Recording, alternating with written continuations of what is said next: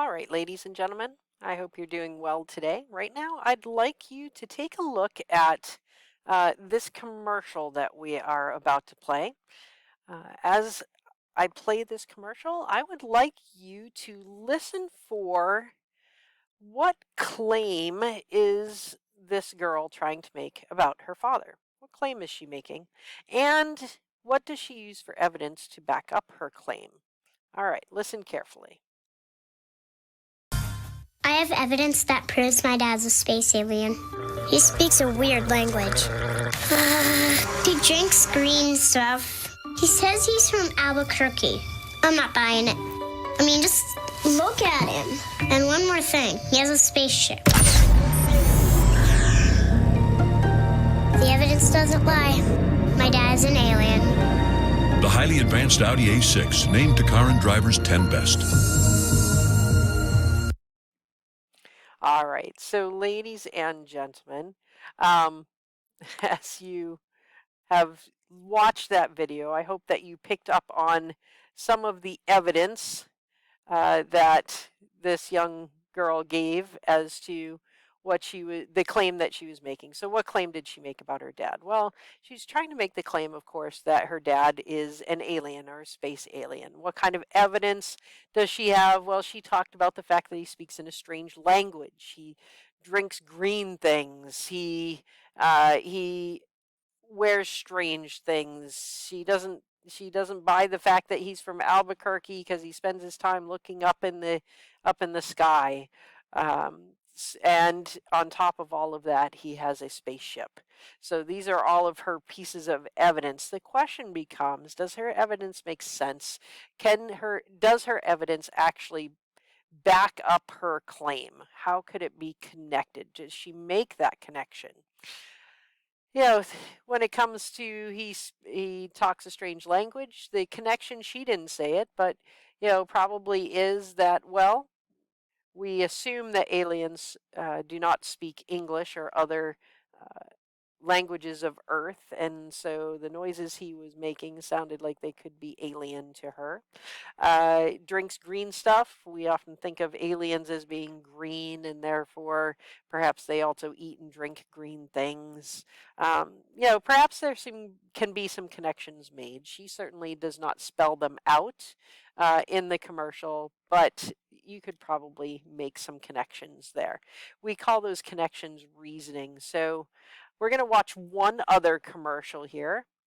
And again, watch carefully. I'm going to give you well, I'll tell you the question now. The question is, because you may recognize this commercial already, the question is, what or who burned down Cheryl's she shed? Okay? What or who burned down Cheryl's she shed? Watch and listen carefully. Well, it finally happened, Zachary. Somebody burned down my she shed. Nobody burned down your she shed, Cheryl. Well, my she shed's on fire. Your she shed was struck by lightning. Zachary, is my she shed covered by State Farm? Your she shed's covered, Cheryl. You hear that, Victor? I'm getting a new she shed. She shear? Mm-hmm. That's wonderful news. Home insurance trusted by more people than any other. State Farm. All right, so perhaps you've seen that commercial before. So what or who burned down Cheryl's she shed? I've certainly heard people make the claim that Victor burned down his wife's she shed. I have heard the claim that Cheryl has burned down her own she shed. I have heard the claim that lightning burned down the she shed. I have heard the claim that the firemen burned down the she shed. That one was apparently because of training. They needed some training and some practice. I have heard that that State Farm or Zachary burned down the she shed. I have heard that Jake from State Farm burned down the she shed because he's jealous of the fact that Zachary got that account. I've heard all sorts of arguments with various pieces of evidence being given. I personally am a fan of the argument that the Geico gecko is the one who burned down Cheryl's she shed, because the Geico gecko wanted State Farm to be stuck with the new she shed bill. So the Geico gecko, you might remember a commercial when he was roasting marshmallows and he flung the marshmallow on somebody's nose. Well, this time he flung his flaming marshmallow onto Cheryl's she shed. The evidence being the idea that Geico would want State Farm to have to pay for the she shed, and also the evidence of the gecko being careless with a flaming marshmallow, as well as Victor, the husband, looking very confused, like he might look if he had just seen a gecko throw a burning marshmallow onto his wife's she shed. So there are a lot of different claims that could be made with evidence given and reasoning to back up those pieces of evidence. And so that's what we are going to be looking at, ladies and gentlemen. So if you would take out your notes about CER, using claim, evidence, and reasoning to make scientific arguments. And not just scientific arguments, because one of the reasons that we learn about CER is not just for science, but it actually applies to a lot of areas of life. So CER is basically a way of making a clear, concise response to a question. Clear meaning that it's obvious. Concise meaning that it is relatively short.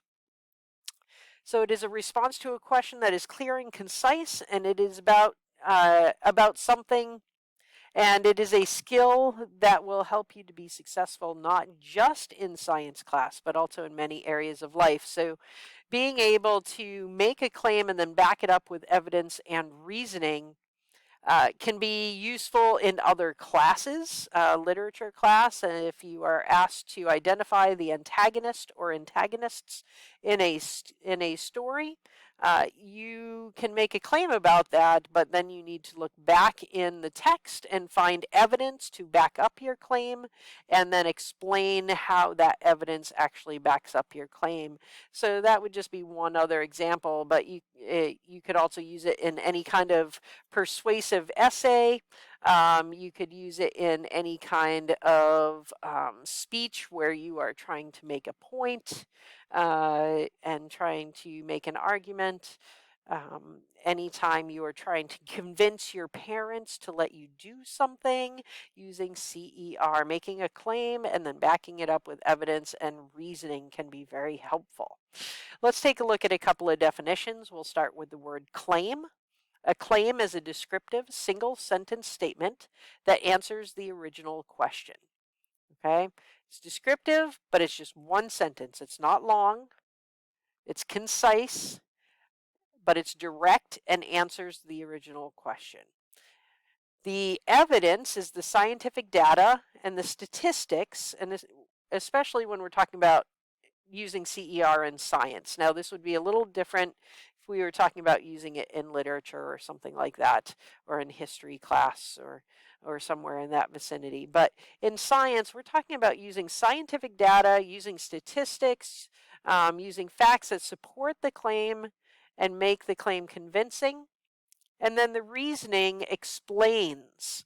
And this is usually the hardest part for students to remember to include when they are writing using CER. It's the hardest part for them to find when they are reading a paragraph and trying to find the reasoning, but it's the part that explains and elaborates on how the evidence supports the claim and why the evidence supports the claim. And we often say that you should include scientific principles. So if you are being asked a question about photosynthesis, then in your reasoning part, show us that you understand what photosynthesis is and use that to be able to prove or demonstrate that your evidence helps to back up your claim. So including scientific principles in there to help explain how and why the evidence supports the claim can be very important. Let's look closer at the claim. So when you are writing a claim, you want to make sure that you are using keywords and ideas that are in the original question in order to help you make that descriptive but short, precise sentence. So for example, if the question happens to be which fertilizer is most effective, you might start your response with the most effective fertilizer is, and then continue with your claim. Okay, but you can see where you have included part of the original question. That way, no matter who is reading this, even if they don't know what question was originally asked, they can figure out what the question was, right? They don't have to have the question in front of them in order to figure out what it was, because you've included enough of it in there that it becomes obvious. If you are using CER to answer a question and it is related to some sort of experiment or scientific activity, science activity, you may need to wait. In fact, I would recommend that you wait until after you are finished with the experiment or activity before you actually write your claim, because you are going to be gathering evidence throughout that activity or experiment. That evidence is going to point you to what your claim should be. So if you don't have the evidence yet, it's difficult to make any kind of claim that you are going to be able to back up with evidence. When you are writing a claim sentence, you want to try to avoid phrases like I believe or I think. A claim is a statement of fact. You're not saying that I believe that the plants grew 5 inches taller because of photosynthesis. You are saying that I know this to be a fact. So the plants grew, not I believe the plants grew, or I think the plants grew. All right. It's not a statement of what you believe or what you think. It is a statement of fact based upon evidence. A little bit about the evidence. So when you get to the evidence part of your paragraph, and I will just kind of insert here that there's no specific order. Like we talk about CER, so it sounds like you have to have the claim first, then the evidence, and then the reasoning. The truth is there is no set order to the paragraph. You could decide to, give your evidence and your reasoning, and then boom, at the end you hit people with your claim. Most people tend to start with a claim. Sometimes after the claim, instead of putting all the evidence and then the reasoning, some people will put a piece of evidence and then explain that with the reasoning, then another piece of evidence and explain that with the reasoning, and go back and forth that way. Some possible sentence starters when you're giving your evidence: the data indicates, based on my observations, according to the statistics. All right, let me go back to that. All of these are just a sampling of ways that you could start sentences when you are giving evidence that is going to support your claim. All right. Let's move on to the reasoning. Again, sometimes the more difficult part for people to kind of pick up on. Some of the sentence starters that go along with reasoning would be things like this shows, or this means, or this reveals, this confirms. In the case of all these thises, all the thises are referring to the evidence. So another way to say it would be this evidence shows, or this evidence means, or this evidence reveals, this evidence confirms. You want to make sure in your reasoning that you are using things that you have learned in science. Okay, using those scientific principles that you have learned about to show how the evidence connects to your claim. The connection may seem obvious to you, but you need to spell it out for people, because not everybody has been in the same situation or learned the same things that you have. So you can't just make assumptions that people know the same things you do. You need to spell it out. You need to make it obvious, even if you think it's obvious to you.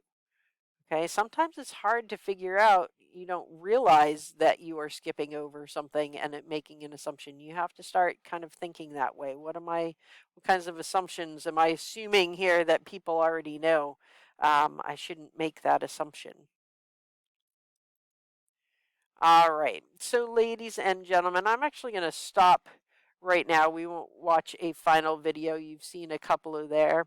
But we are going to be doing some more practice with this idea of CER over the next few days. And then most all of the labs that we do this year will have at least one question near the end of the lab activity that will ask you specifically to use CER when answering that question. And which means you're going to write a paragraph, and that paragraph is going to make a claim, it's going to state evidence, and it is going to do some explaining, which is the reasoning part, explaining the how and the why the evidence actually does back up that claim. If you have questions, let me know. We'll continue to discuss this over the next few days.